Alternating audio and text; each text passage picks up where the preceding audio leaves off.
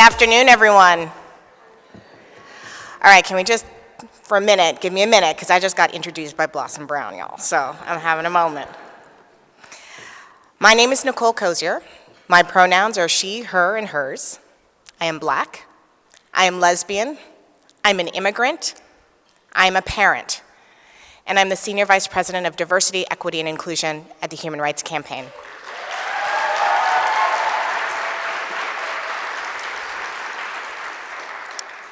I share these identities with you because it's a gift to be able to stand before you in full affirmation of all of who I am.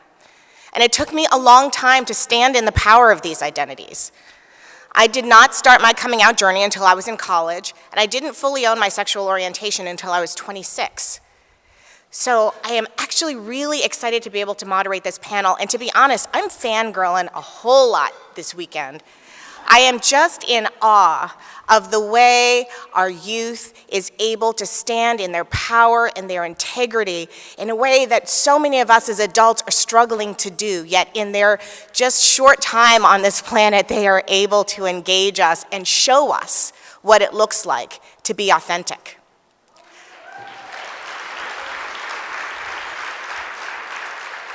And I'm particularly excited to be here talking with our Black and African-American youth ambassadors to put some real experience and individual story behind the wonderful survey that was released just yesterday. So in 2017, the HRC Foundation partnered with the researchers at the University of Connecticut to conduct a groundbreaking national survey of over 12,000 LGBTQ teens. The survey asked questions about their experiences in their families, their schools, social circles, and communities. And they also asked questions related to the impact of racism and microaggressions that LGBTQ youth of color experience every day. Last year, we published the key findings, followed by a report on specifically data collected about Latinx teens, and an additional report about gender-expansive teens. Yesterday, in recognition of Black History Month, and just in time for this conference, we released the report on data collected from 1,600 Black and African-American teens who completed the survey, shining light on their challenges and triumphs while navigating the world in their authenticity. While there is immense strength in being both a person of color and LGBTQ, we don't have to look far to see stunning and shining examples of what that power looks like. But we cannot deny the fact that holding multiple oppressed identities can magnify discrimination and can have a devastating impact on mental health and overall well-being. So it is up to all of us today to lend the time to listen to our Black and African-American youth who are fully expressing and exploring their intersectional identities at the nexus of race and LGBTQ. So today, we're going to use the data shared in the report and have a conversation with 4 of HRC's youth ambassadors, all of whom identify as Black or African-American and LGBTQ, to better understand how all of us can support Black and African-American youth in their pursuit of collective equity, inclusion, and racial justice while fully embracing and living authentically as LGBTQ. So please join me in welcoming our incredible youth ambassadors, Zimar Batista, Justin Jones, MaKayla Humphrey, and Ashton Mota. I do it so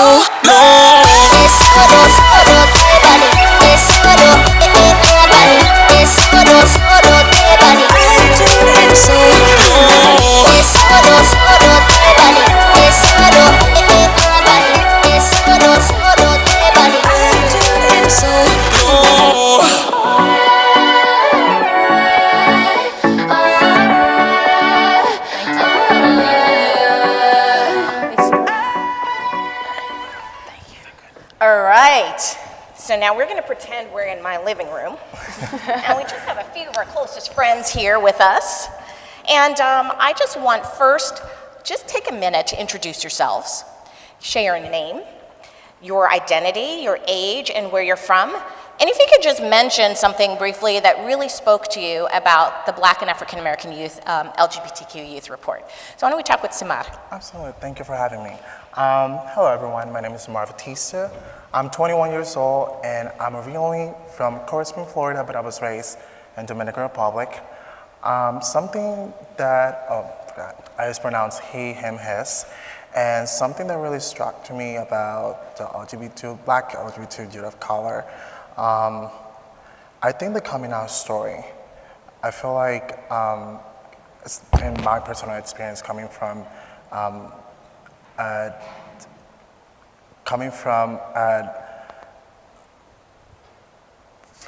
Hispanic American Afro-Latino community, where Catholicism is really being seen as something really extreme, it's kind of hard to come out. Great. So we're going to come back and explore that in a minute. Yeah. Ashton. Yes. Hello, my name is Ashton Mota. I'm 14 years old. I use pronouns he, him, and his, and I'm from Massachusetts. Something that really stuck out to me in the Black African-American Youth Report was how only 19% of Black and African-American youth felt completely comfortable in their households. Great. Thank you. Justin. Hi, my name is Justin. I go by they, them, their pronouns and identify as queer. One thing that stood out to me is that 90% of youth, well, African-American youth, said that they felt or been discriminated against. And MaKayla. My name is MaKayla Humphrey. I use she, her, hers pronouns. I'm 18. I'm from Dallas. One thing that stood out to me was definitely the whole segment on the importance of family. You know, some of that stuff I felt like I could relate to, and some of it I disagreed with. Well, not disagreed with, but I know some of those things didn't happen for me. But like you said, you know, the 19% feeling comfortable in their homes, that was big for me. And that's really important, right? I mean, I remember a time, when I was growing up, I knew my uncle was gay. I come from a Caribbean background, and I knew my uncle was gay, but we didn't talk about it a whole lot in my family, and I assumed that meant that it wasn't something that we could talk about, and I learned later that wasn't necessarily the case. But when I was in college and reconciling my own sexual orientation, I had 2 female roommates who were lesbians and in a relationship. And I remember going home to my guardian at the time and talking about some challenges they were having, and she was fine with them, but then she said, but don't you come home and tell us you're gay. And at that moment, I didn't know that I was wrestling with my own identity, but it was 6 years from then before I ultimately came out. And so I also resonate with that kind of perceived fear. So knowing in the survey report that only 19% of our youth feel that they can definitely be themselves, and that 77%, in a case that I resonate with, 77% have heard some disparaging remark in their families about LGBTQ people. And given the risks, really, of being young and coming out, the fear of family rejection and lots of financial support, what made you feel ready? What made you feel ready to step out and come out? And what was the reception by your family? MaKayla, maybe we can start with you. As far as my family is concerned, I had an up and I had a down, kind of how I put it. My mom, super supportive. She's super supportive. My mom is the one, that got me interested in Time to Thrive, sharing my story and stuff like that. I came out to my mom when I was 10. At 10, how can you, I had questions like, how could you know if you're gay at 10? But I knew, and so I let my mom know. But, on the other hand, I didn't really have the support from my dad, and I was a daddy's girl, and I wanted to be with my dad all the time. But, the things that I participated in and the things that I believed for myself was true, he didn't agree with. And so I just kind of had to, I had to live with it. He didn't accept it, which I tried to accommodate, things for his feelings so that I could still have my dad, because no one wants to grow up without their dad. So it was a struggle, but I managed to do it. So. Thank you for sharing that. Zimar, do you want to talk a little bit about your experience coming out? Absolutely. I could relate to what MaKayla said. My dad was very supportive. Actually, he told, when I came out to him, he said, I always knew, I was just waiting for you to be ready. As of my mom, I consider her as like always like my best friend, and just like having the support from her was really hurtful time. And I think that's really important, and to remember that we're on a journey, right? Because in my own situation, even that cousin and guardian who said, "Don't you come home," she's one of my, biggest advocates and allies and supporters. And so I think there is a journey that our families go on as well. But in addition to our family environment, school is a pretty significant environment for us. And we've talked and heard so much over the course of this weekend about what that school experience looks like. And in the data, again, in the report, it talks about the importance of having a supportive school environment, but even in an environment where where schools are trying to be LGBTQ inclusive and supportive, it doesn't necessarily translate into the experience of students. And then layer on top of that, race and racial identity and discrimination and the school to prison pipeline. We've got a real challenging mix that we're navigating. So I was wondering if a couple of you could share your experience about being in school. Where did you find support in school, and where did you find challenges? And maybe we'll start with you, Justin. So in school, again, I'm from Michigan, Detroit in particular, and it was really difficult to even understand what I was going through. I didn't really have much resources. I was trying to figure out what does it mean to be gay? Am I really feeling this? And when I finally decided to come out to myself, I was in total fear of telling anyone else. I didn't really have much support there because I couldn't tell my family, and I didn't want to go and tell my classmates. And so I finally had a school counselor I could talk to. They gave me a whole new perspective. They gave me much resources as they could at the time. They finally told me, if things get too difficult for me, that I should just find another way. Staying at home is not always the best solution. And that was one of the hardest things for me. Not just, leaving my family, but some classmates you grow a close bond to. And I had to just leave all that behind and came to the furthest state as possible, to my new home state of Arizona. Thank you. And how was did you find your classmates and your colleagues at school supportive? I decided finally to take online schooling. It was way better because it didn't, behind a screen, I don't think, harassment is different now. When I was in Michigan, I was just being bullied, just being thought of even being gay or queer. But now it was different. I could just thrive in my own best way as possible. So for you found a way to thrive by actually stepping outside of the school system a little bit and finding a different pathway for your education. Ashton, you talked a little bit about your school experience. Can you share a little bit with us about what that was like? Yeah, sure. I came out as transgender to my family in the summer of 2016 before 7th grade.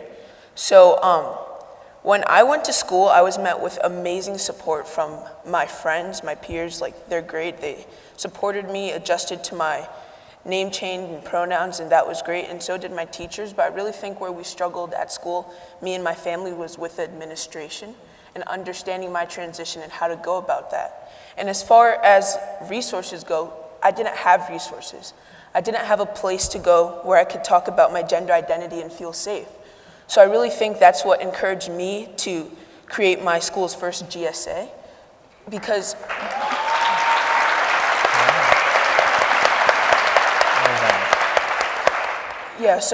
since I didn't have the support of the GSA right when I came out, I thought I need to create this space for other LGBTQ plus youth in my school community, because what if they, how are they supposed to express themselves without having a safe place to do that? And since I've done that, there have been many out people in my school community, and that just goes to show how important it is to have a GSA or supportive place in your school community.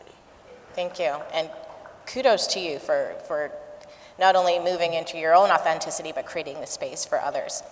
And I think that sense of community is so critical, and particularly when we think about the intersections of LGBTQ identity and racial identity, finding a sense of community that really reflects ourselves and our full authenticity can sometimes be challenging, right? And so we find ways of of creating community for ourselves, either by, seeking out an LGBTQ environment, even though it may not be as racially diverse and necessarily reflect the fullness of our racial identity, or seeking out sort of a community in our racial identity, which may not necessarily reflect our LGBTQ identity. And I think when we're really lucky, we find the intersections of those two things as well. So I was wondering, you talked about with the GSA, can you share a little bit about what that experience was like in creating community for yourselves, particularly at those intersections? Well, for me, creating the GSA just really helped me affirm my gender identity and really embrace who I was. And I think that same thing happened for many other people. But as far as my ethnicity and race, it was kind of hard because my school that I go to is predominantly white. And just because it's predominantly white, they try their best to be inclusive. And yeah, we can laugh at that. Yeah, they try their best to be inclusive. So they had like these kind of like, not like, they didn't really express it in such a big way. But now I feel like they're really open about saying, oh, we have this people of color affinity group, come meet with us on like this Thursday during lunch and we'll have a chat kind of thing. So making it more public and letting the students know that that resource is available really helped me. Great. And Justin, I know you actually started to create a space in your community, not in a school context, but could you share a little bit about what you did? Definitely. So something I started, which actually it was a group of young men of color. It was a group called T Phoenix. Again, it's out of Arizona. I love my state of Arizona. It's my new home. But T Phoenix, basically we gather other men of color to talk about different issues that's happening in our communities. Sometimes we don't always have a safe space, Some of the things that we talk about is actually like about safe sex, proper ways to have fun, and ways to go about it safely. Sometimes we don't always get the best advice. Sometimes we just don't even know how to navigate. Sometimes we're in fear of even trying to be in a public space. Even being stereotyped can actually be really harmful for ourselves. Right. And how have you found the reception, particularly around kind of that space of the intersections? It's incredible now. Like at first when I was in Detroit again, I didn't know where I belonged. I didn't know who to talk to. Now that I created this new space in Phoenix, Arizona, it's so welcoming. And I think everyone needs that. Great, thank you. Thank you. So the other thing, you're sitting here, all four of you, having navigated a lot of different experiences, and we have, for those of you who have not yet seen the report, it is available online, and I highly encourage you downloading it and reviewing the data. I know we've alluded to some, but we're just touching on the tip of the iceberg here. But all of the obstacles, the ups and downs, the support and the challenges, that's a lot to navigate. Yet you all are sitting here in your truth, in your strength. What has worked for you in kind of creating a sense of resiliency and creating the people that you're seeing in front of us? Zimar, can you tell us a little bit about that? Absolutely. I think that for something that I always like to mention, like everyone has their own way of finding that solution to kind of like come out. I know like for me, but then back home in the Dominican Republic, when you talked about mental health or seeking out for therapy, you're considered as you're crazy, what are you talking about? And that was the reaction that I got from my family. So along the way, I just in my head, you know what, I'm just gonna find it on my own. I think something that I did for myself was confidence, and it's really what has gotten me to this day. Thank you. MaKayla, what about you? As far as, coping, I guess you could say, with everything that was going on negatively around me, I guess, to me, I didn't cope. I changed my mindset. I don't care what you think about me. I don't care that you don't like what I have on. I'm gonna wear it anyways. Hey. I developed an I don't care attitude because sometimes you can't care. Because caring, it flusters up all of these other emotions, and then you fall into things like depression and anxiety. I don't want none of that for me, okay? I want to live a long time. So I decided to say I don't care, and I don't. You know, I love myself enough that I care about myself. I know I have enough support. My mom is enough support for me. So I feel like, and all of this room is filled with beautiful people that supports us and has our back. You know, Time to Thrive has our back. HRC has our back.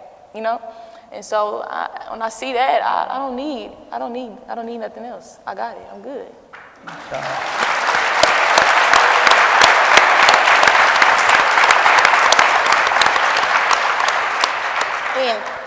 I don't know any more powerful statement than that. And I also know that there are kids and youth and young adults and actually grown-ups who actually need some support, and they may not have that supportive person at home. And so finding a sense of community is critical. Finding peer groups are critical.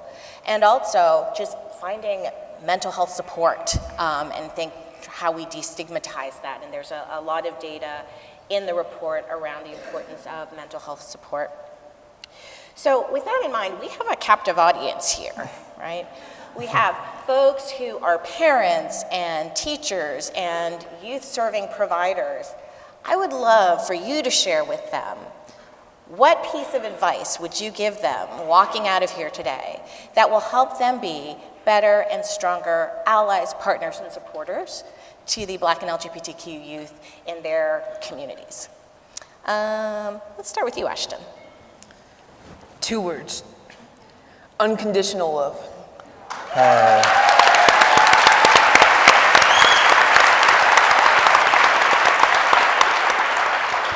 And I can say that from personal experience. My mother is over there. Yes, ma'am. Stand up, mother.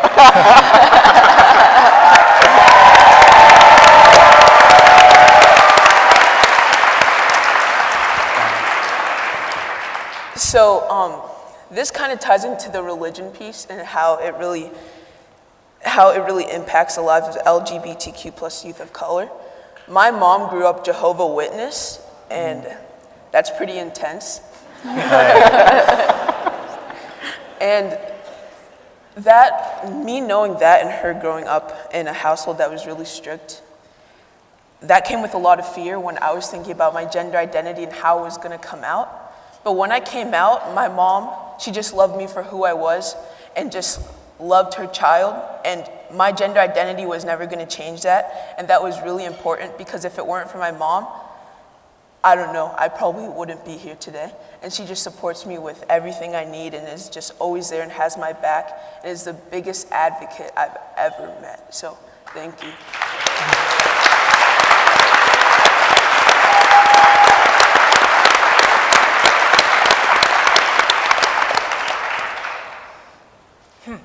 Who wants to follow that?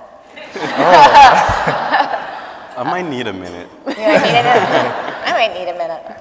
But one thing that always comes to my head is just never stop showing compassion. Thanks to all of you here, it's the reason why I'm here. All of your love and support makes me want to be the person I want to be when I grow up. Another compassionate person to help another youth who might need my help. I think without my school counselor, I would not be here again here today. And it just brings tears to my eyes every time I see each and every one of you. It's amazing how much love and support I have here. And I know it's gonna continue. And I know we're gonna have many uphill battles, but we're gonna fight through this. And we're gonna continue, and we're gonna grow. Thank you.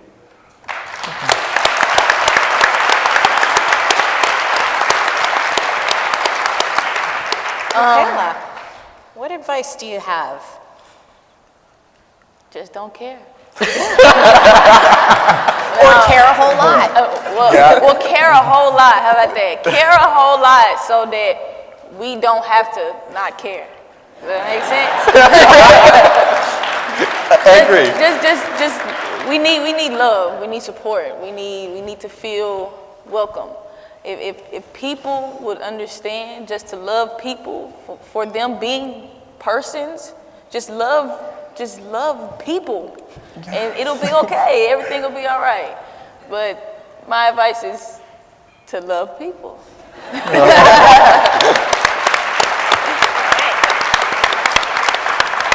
Perhaps we should put that on a T-shirt.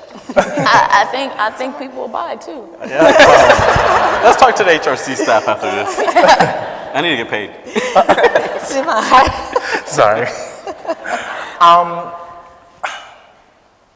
This is something I always like tell everyone, like friends, family members, and it's like something that I always I always remind myself every day, this question, and it's like, what's stopping you? What is it that's stopping you for truly becoming the person that you want to be, or the person that you are meant to be? Mm-hmm. So I feel like that's just a piece of advice I would encourage everyone. Thank you.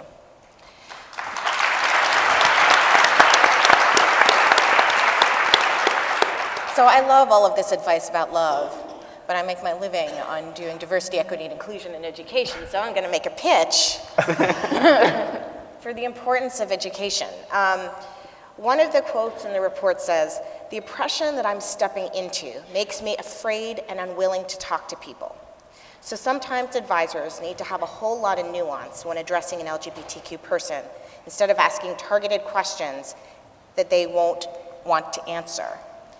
And I think one of the things that we each need to do, if I can speak to the audience for a minute, is wrestle with our own biases, our implicit biases, or explicit biases, and wrestle with them in a real and honest way, because our best intention and our love is not going to overcome the bias that we have been conditioned with growing up in this country and the messages that we're getting every single day.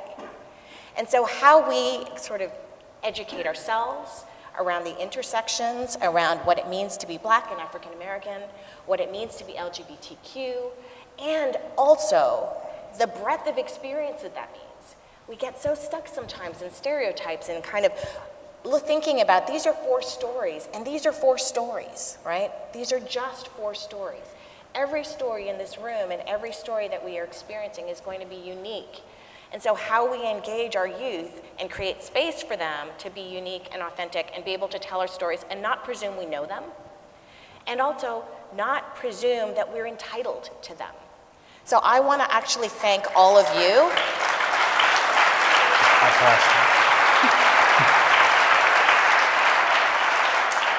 I want to thank you for being willing to tell your stories, because they are a gift. And just a shout out, I was just in a workshop that was held by Joanna, and there was a wonderful meme, and in it says, "I am not your teachable moment," right? And so I just appreciated that so much, Joanna, because I think we have to recognize our roles as parents and educators to take up those spaces and not make it the responsibility of our youth to teach us and to teach others, but that we are stepping up for them. So in closing, I just want to say, we've just scratched the surface of this data, and I know that every adult can play a role in changing the reality, the experience, and the pathway for our youth. And since it's Black History Month, I want to close with a quote from one of our African-American foreparents, George Washington Carver, who is an agricultural scientist and an innovator, and perhaps best known for putting peanuts and sweet potatoes on the map. But he said, "When you can do the common things of life in an uncommon way, you will command the attention of the world." And I think that's what we do and what our responsibility is every single day, is how we create and move through the world, taking the common experiences and centralizing folks who don't often get to be at the center of those stories and those narratives.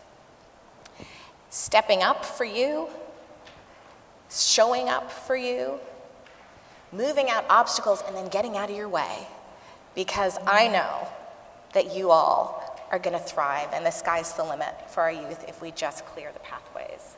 So that is my wish and my ask for all of us here today, and I know the fact that you are here means that you were with me on that. And so just thank you, and I want to have a round of applause for our amazing panelists.